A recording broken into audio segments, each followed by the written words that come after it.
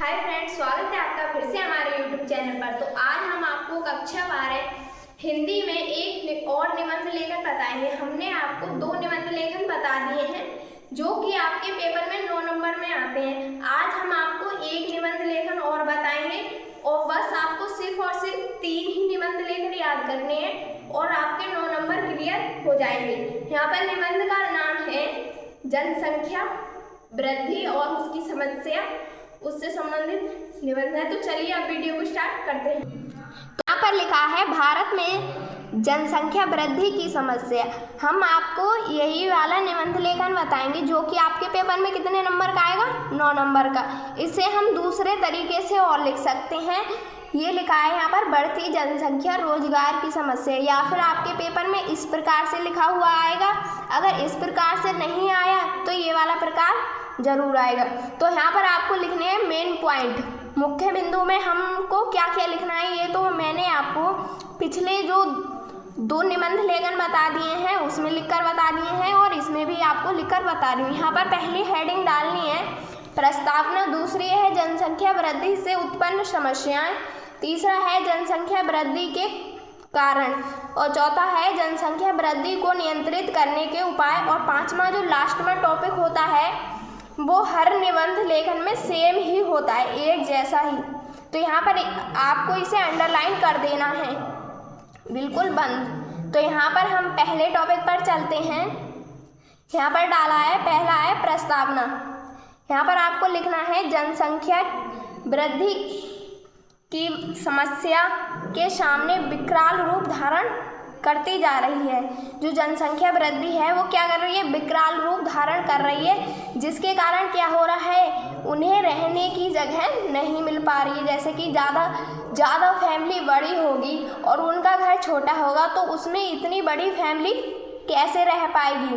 तो यहाँ पर आपको लिखना है, यही तो जनसंख्या वृद्धि का क्या है, अर्थ है। यहाँ पर लिखना है विकराल रूप धारण करती जा रही है। फिर है पिछले समय में भारत की जनसंख्या 20 करोड़ थी। जो प्राचीन काल था उसमें कितनी थी, 20 करोड़ थी। लेकिन आज के समय में भारत की जनसंख्या कितनी हो गई है, 20 करोड़ से बढ़कर 139 करोड़ क्या हो गई है, उससे भी ऊपर हो चुकी है। यहाँ पर आगे दिया है जनसंख्या की इस अनियंत्रित वृद्धि से 2 समस्याएं मुख्य रूप से उत्पन्न हुई हैं। जो मेन समस्याएं हैं वो कितनी हैं, 2। यहाँ पर है सीमित भूमि तथा सीमित आर्थिक संसाधन। जैसे कि किसी के पास थोड़ी सी ही जमीन है तो उसको क्या हो गई है, भूमि की दिक्कत हो गई है, मतलब रहने के लिए आवास नहीं है, जगह नहीं है। और दूसरा है सीमित आर्थिक संसाधन, जैसे कि जो रोजगार होता है उसका है ये। अब आगे लिखा है और अनेक समस्याएं भी इसी समस्या से रूप में जुड़ी हैं। मतलब क्या है, और भी इस समस्या से और भी समस्या हुई है। यहाँ पर जैसे लिखा है समस्त नागरिकों के शिक्षा और स्वच्छता, चिकित्सा एवं अच्छा वातावरण उपलब्ध कराने की समस्या, ये भी किससे उत्पन्न हुई है, जनसंख्या वृद्धि के कारण। अब चलते हैं आगे, इसमें आगे क्या लिखा है। यहाँ पर आगे लिखा है जनसंख्या वृद्धि से उत्पन्न समस्याएं। हमने आपको जनसंख्या वृद्धि की एक टॉपिक प्रस्तावना पढ़ा दी थी। अब हम दूसरे टॉपिक पर आए हैं जिसका नाम है जनसंख्या वृद्धि से उत्पन्न समस्याएं। अब इसकी थ्योरी में क्या लिखा है, इसकी थ्योरी में लिखा है विनोबा जी ने कहा था। विनोबा जी क्या थे, एक कवि थे। उन्होंने कहा था जो बच्चा 1 हाथ मुँह लेकर पैदा होता है वह 2 हाथ लेकर आता है, मतलब वह 2 हाथ लेकर आता है अपना पेट भरने के लिए। आज से यह है कि 2 हाथों से व्यक्ति अपना एक मुंह तो भर सकता है, पर यह बात देश के औद्योगिक विकास से जुड़ी है।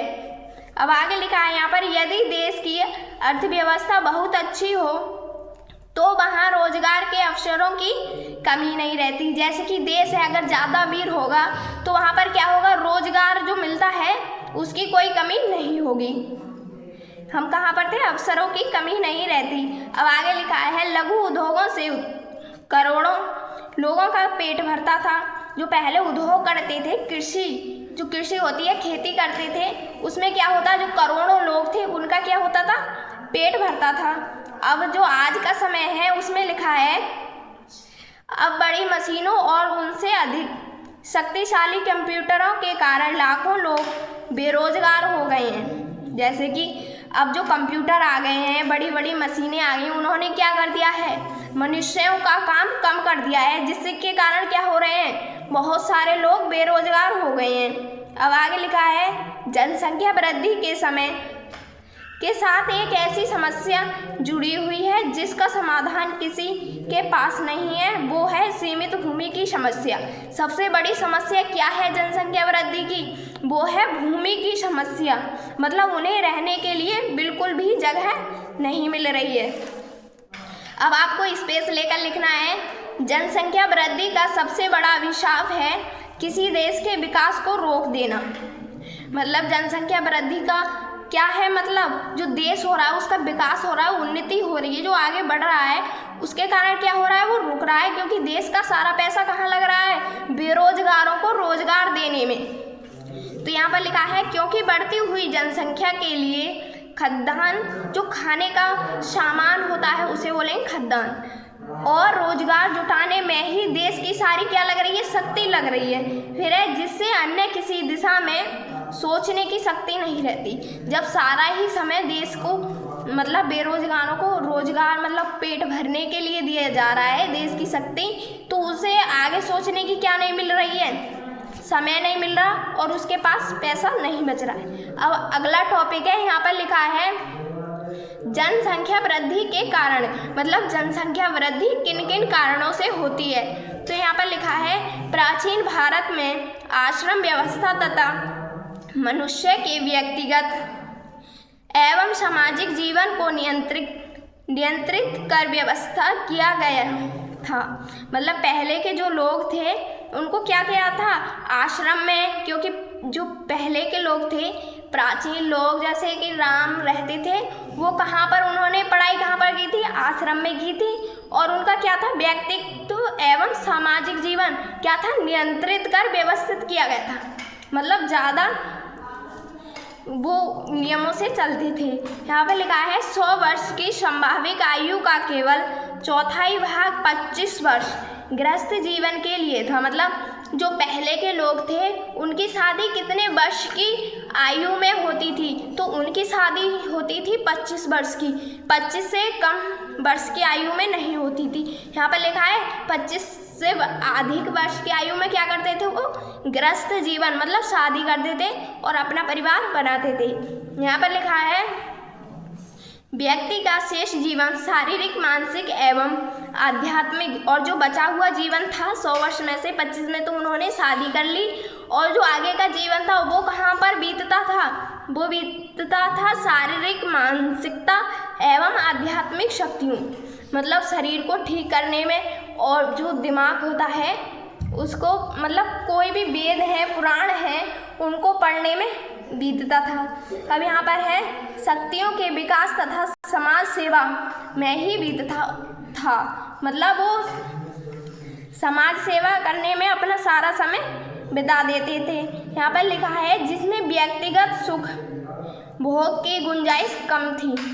मतलब जो व्यक्तिगत सुख था, जो आराम से रहते हैं लोग, उसकी गुंजाइश क्या थी, कम थी। अब यहाँ पर लिखा है, आज परिस्थितियाँ उल्टी हैं। जो पहले का ज़माना था वो बिल्कुल ठीक था, उसमें जनसंख्या वृद्धि कम थी, लेकिन आज क्या हो गया है, परिस्थितियाँ उल्टी हो गई हैं। तो यहाँ पर लिखा है, आश्रम व्यवस्था के नष्ट हो जाने के कारण पहले जो ऋषि मुनि थे वो कहाँ पर रहते थे, आश्रम में, और वो आश्रम में ही क्या करते थे, शिक्षा देते थे, जिससे कि जो उनके शिष्य थे वो बिल्कुल मतलब समय का जीवन व्यतीत करते थे। मतलब जितने में उन्हें सीखना है, आध्यात्मिक सीखना है, मानसिकता, शारीरिक, वो सब। अब यहाँ पर लिखा है, नष्ट हो जाने के कारण लोग युवावस्था से लेकर मृत्यु तक ग्रस्त ही बने रहते हैं। अब का ज़माना है जो बच्चों की शादी कर देते हैं छोटे में, बाल विवाह, उससे लेकर जो मरने तक का समय रहता है, मतलब जहाँ तक वो मरते हैं वो क्या ही बने रहते हैं, सिर्फ गृहस्थ ही जीवन बनाते रहते हैं और अपने जीवन में आगे नहीं बढ़ते हैं। मतलब जैसे कि खाने पीने का कमाया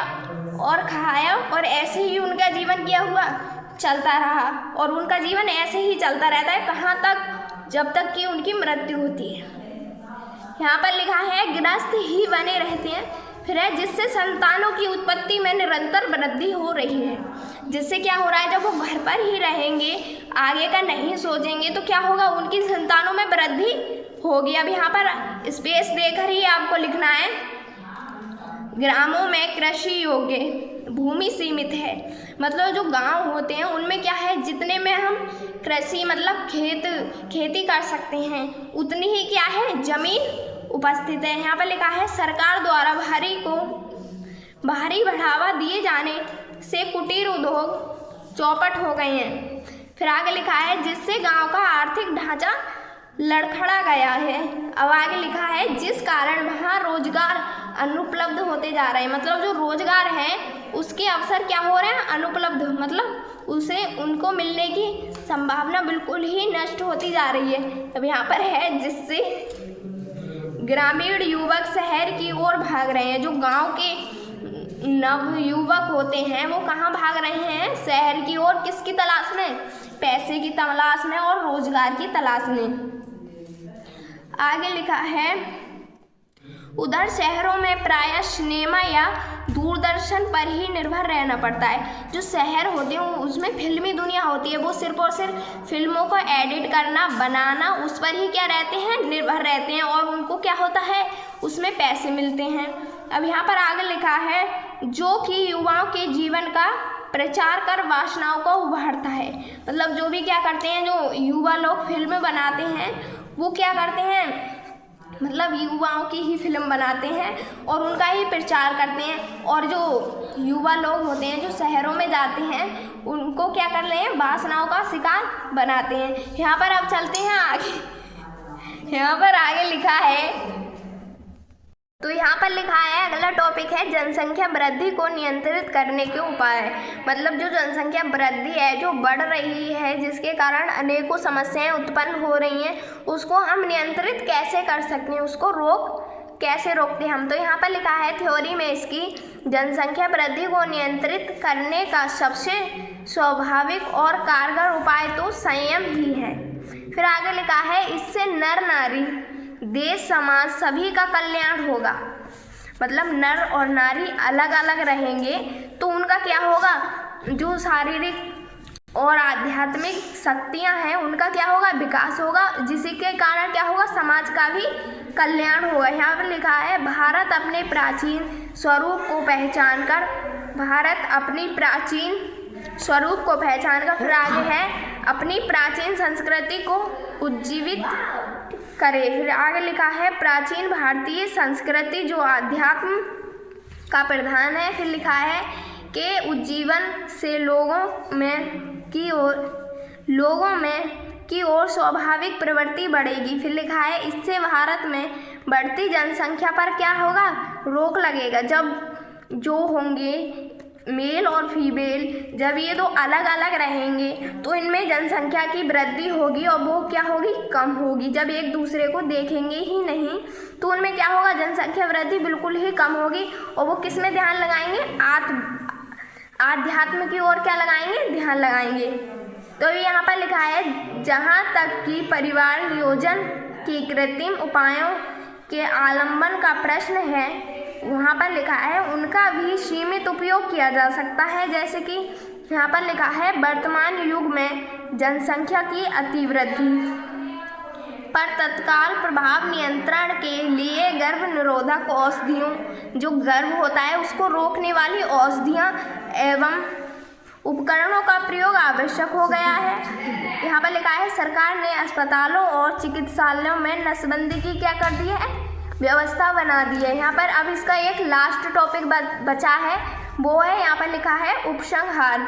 यहाँ पर उपसंहार में है जनसंख्या वृद्धि को नियंत्रित करने का वास्तविक स्थायी उपाय तो सरल है और सात्विक जीवन पद्धति अपनाने में ही निहित है। फिर लिखा है आगे जिसे प्रोत्साहित करने के लिए निहत है, जिसे प्रोत्साहित करने के लिए क्या है, निहत है। और लिखा है सरकार को ग्रामों के आर्थिक विकास पर विशेष ध्यान देना चाहिए, जिससे ग्रामीणों का क्या होना चाहिए, यहाँ पर लिखा है आगे जिससे ग्रामीणों का आजीविका की खोज में शहरों की ओर भागना रुक सके। जैसे कि जो गांव के लोग हैं, युवाओं हैं, उनका क्या होना चाहिए, शहर की ओर भागना रुकना चाहिए। यहाँ पर है शहरों में भी प्रचार माध्यमों द्वारा, जो फिल्म है जिनसे प्रचार करते हैं उसके माध्यमों द्वारा क्या होना चाहिए, प्राचीन भारतीय संस्कृति एवं अनेक भाषाओं का भी क्या करना चाहिए, प्रचार देने पर ध्यान देना चाहिए। फिर है निष्कर्ष में कहा जाता है कि जनसंख्या वृद्धि की दर घटाना आज के युग में सर्वाधिक जोरदार मांग है, मतलब सबसे बड़ी मांग है। इसी के ही कारण क्या हो रहा है, नौकरियों में कंपटीशन, जो सरकारी तैयारी करते हैं उनमें क्या हो रहा है, कंपटीशन बढ़ रहा है, जिसके कारण अधिक से अधिक लोग बेरोजगार हैं। अब आगे लिखा है जिसकी उपेक्षा आत्मघाती होगी। हमने आपको इतना सब कुछ पढ़ा दिया है, आपको सिर्फ और सिर्फ इतना ही लिखना है। ये जो टॉपिक मैंने आपको बताए हैं, अब ये आपके पेपर में कितने नंबर का आता है, 9 नंबर का। उम्मीद है आपको ये समझ में आ गया होगा जो कि हमने आपको बताया है। उम्मीद है आपको वीडियो समझ में आ गई होगी। अगर वीडियो अच्छी लगे तो प्लीज़ हमारे चैनल को लाइक और सब्सक्राइब जरूर कर देना, जिससे कि हमारी जो अगली आने वाली वीडियो है वो आपके पास जरूर पहुँचे